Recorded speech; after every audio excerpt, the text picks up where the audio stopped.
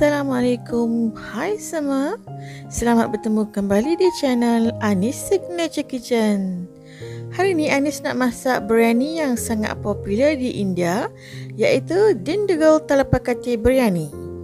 Talapakati yang membawa maksud turban atau serban sangat masyhur di Dindigul, sebuah negeri di India, dan boleh dinikmati di restoran-restoran terpilih.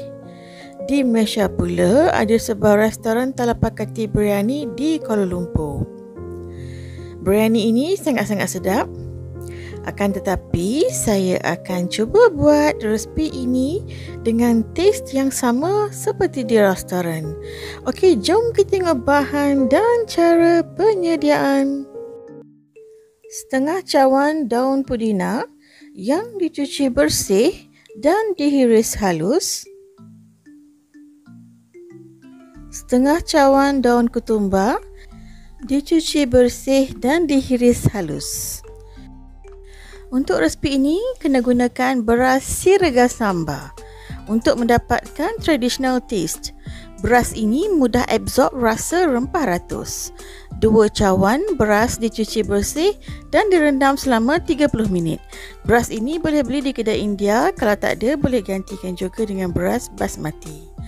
Okey, untuk rempah special, rempah biryani, kita gunakan 6 biji buah pelaga, 6 biji bunga cengkeh. Pastikan bunga cengkeh bersama dengan kepalanya untuk rasa yang lengkap. Okey, 2 keping kulit kayu manis, sedikit stone flower atau kalpasi, boleh beli di kedai India.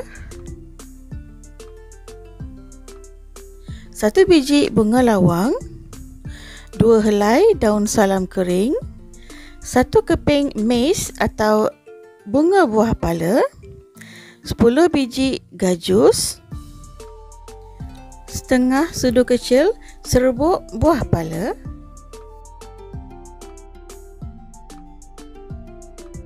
okey, semua bahan ini kita kisar kering sehingga halus. Okey, biryani masala kita pun dah siap dan ketepikan dulu. Untuk penumis pula, saya gunakan 15 biji bawang merah.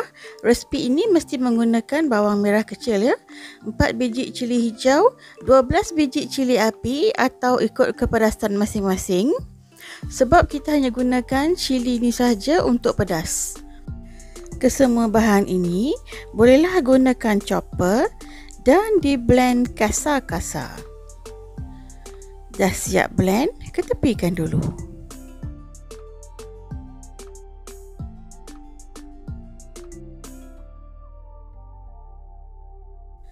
Jus daripada setengah biji limau nipis,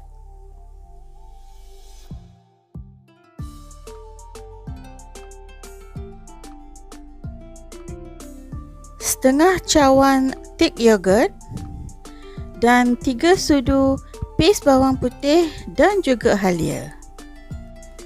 Ayam pula saya gunakan 800 gram yang dipotong besar. Biasanya kuantiti ayam akan lebih banyak daripada kuantiti beras.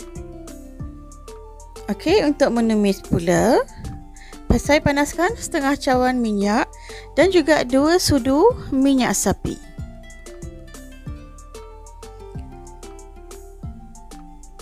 Kemudian bolehlah tumis bawang yang dicincang kasar tadi. Tumiskan dengan api yang sedang sehingga bawang kelihatan jernih dan juga wangi.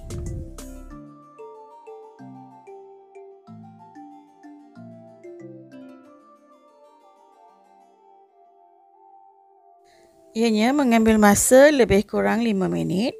Kemudian bolehlah masukkan special biryani masala yang kita blend kering tadi.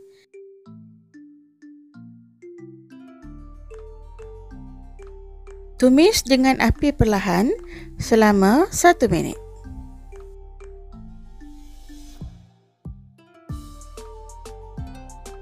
Sekarang saya masukkan 1 sudu serbuk ketumbar, setengah sudu serbuk jintan putih, dan setengah sudu serbuk cili. Pis bawang putih dan juga halia. Yogurt.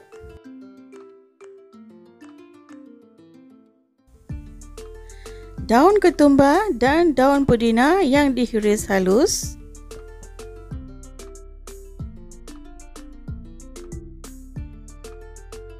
Tumiskan selama 3 minit dengan api yang perlahan.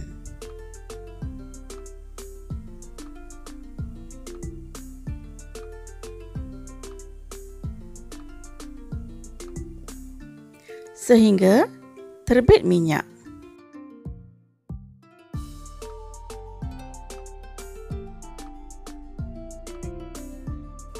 Bolehlah masukkan jus limau nipis dan juga kepingan ayam.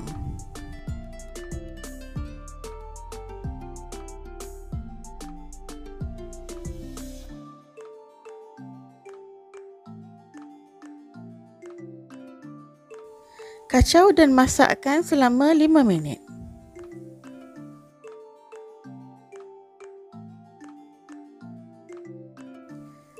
Tambahkan garam secukup rasa.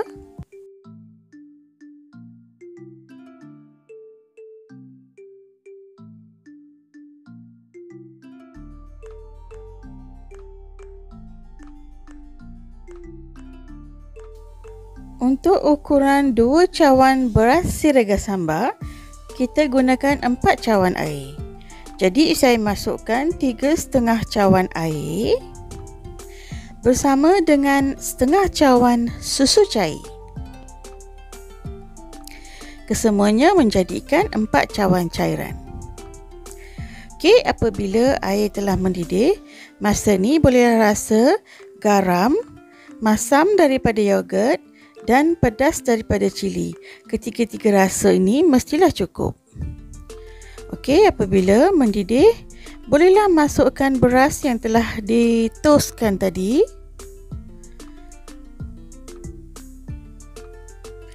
Kacau sedikit supaya beras tenggelam. Apabila mendidih lagi sekali, gunakan api yang kuat. Tutup dengan penutup periuk dan biarkan masak sehingga beras dan juga cairan menjadi level yang sama, ianya mengambil masa lebih kurang 10 minit. Okey, selepas 10 minit saya cek, boleh nampak ya level yang sama beras dan juga cairan. Okey, ini adalah masa untuk dam. Apa itu dam? Nanti saya terangkan. Okey, pada masa ni kacau sedikit, perlahan-lahan gunakan sudu. Kacau sekeliling, perlahan-lahan je ya, sebab beras dah masak setengah masak. Kita tak nak dia hancur, okey? Proses dam ialah letakkan pan yang panas di atas api. Pan ni saya telah panaskan 10 minit tadi. Kemudian kita letakkan biryani yang hendak kita masak tu di atas pan.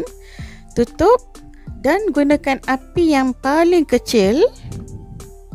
Tunggu sehingga beras kering. Ini untuk mengelakkan nasi berkerak di bawah. Ianya mengambil masa lebih kurang 7-8 minit. Selepas 7-8 minit, saya tengok nasi telah pun kering. Saya tengok bahagian bawah, iaitu bahagian bottom sudah kering, maknanya tidak ada air lagi. Bolehlah kacau perlahan-lahan dan tutupkan api. Masa ni saya tambahkan lagi 1 sudu minyak sapi di atas biryani. Kemudian saya tutup dengan penutup periuk dan biarkan 15 minit untuk dia set.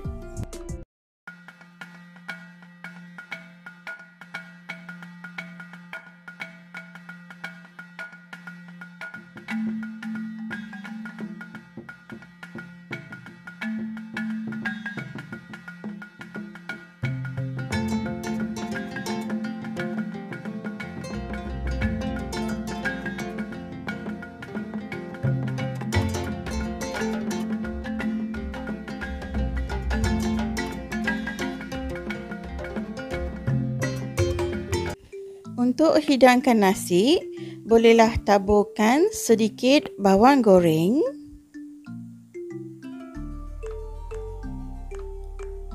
taburkan juga hirisan daun ketumbar,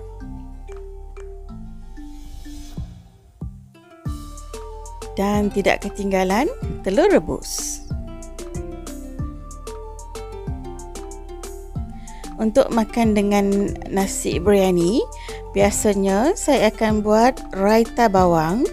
Caranya sangat mudah. Hiriskan bawang kecil bersama dengan cili api, gaulkan dengan yogurt dan juga garam.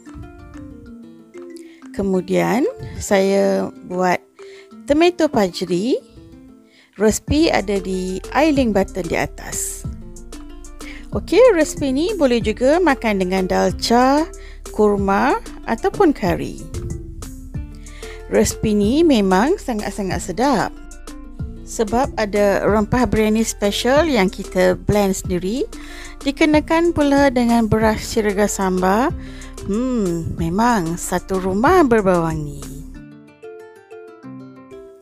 Boleh saya katakan ini resipi must try yang mesti dicuba.